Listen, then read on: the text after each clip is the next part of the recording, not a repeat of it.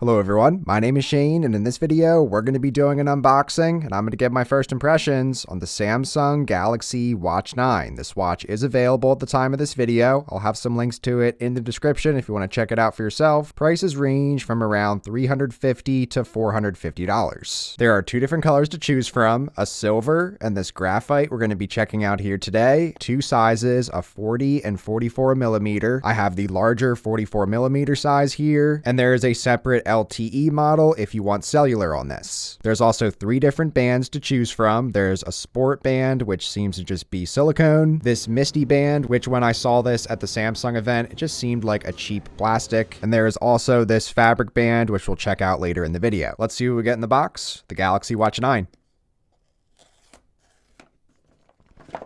Inside the box, have our device on top. Here's our first look at this Watch 9 in the 44 millimeter size. Has a nice lightweight feel to it. Here's a first look at the sport band. As expected, a silicone band here that has a nice slim feel to it. And this has a clip system to really easily get set up. So those are super easy to install. We also have a little bit of paperwork in addition to a charging cable. Now taking our first look at this Galaxy Watch 9, I am immediately noticing a lighter weight on this compared to the Ultra I just checked out. So doing a weight check on this Watch 9, just coming in at 49 grams. Compare that to the Watch Ultra 2.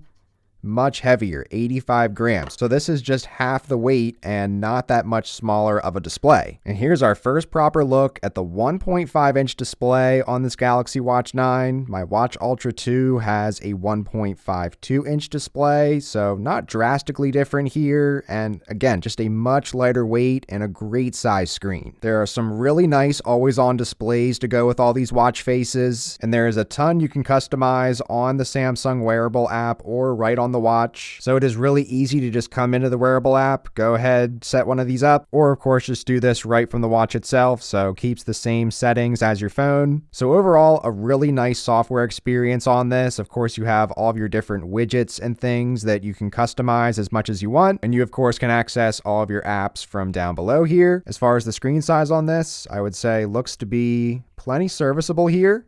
And I think one of the more interesting areas of this watch is that it's getting the same processor as this Watch Ultra 2, the Snapdragon Wear Elite. So we should be getting excellent performance and excellent battery life on this, even though the battery capacity of this Watch 9 is significantly less than this Watch Ultra 2 for whatever that's worth. So I'll come back at the end of this video with some of my initial battery, but I can't get over just how much more comfortable this Watch 9 is. Let's also go ahead and check out the fabric band. So this fabric band is just your standard Velcro here. A very comfortable and lightweight feel on this one. Doing a weight check with this fabric band, we're coming in at 45 grams. So it is 5 grams lighter than the sport band. And I personally just prefer the simplicity of just going ahead, putting on that Velcro. So I would say it's worth considering getting a couple of the band options here and use them interchangeably. It is super easy to just go ahead, pop these off and change them whenever you want to. And now checking back in here at the end of the day, I've been using this for 9 hours and I have the same amount of battery drain here as I did on that Watch Ultra 2 after a full day of usage. So one of the bigger downsides going with this Watch 9 is definitely the battery life. I'm expecting only about a day and a half of battery on this if you just keep everything on right out of the box. Whereas on this Watch Ultra 2, I'm anticipating around 2.5 to 3 days of battery life with all the same settings. And for whatever it's worth, the always on displays look really cool. There's some automatic night modes that come on these and also look really cool. So you are definitely sacrificing some battery life on this Watch 9, but aside from that, the performance, the screen, the much lighter weight of this one, there's a lot of things to like with this Watch 9, but I'll be curious to hear your thoughts on the Galaxy Watch 9 in the comments below. Let me know if you want to see any more videos on this one. I'll have some other videos linked of some recent Samsung releases, and thanks so much for watching.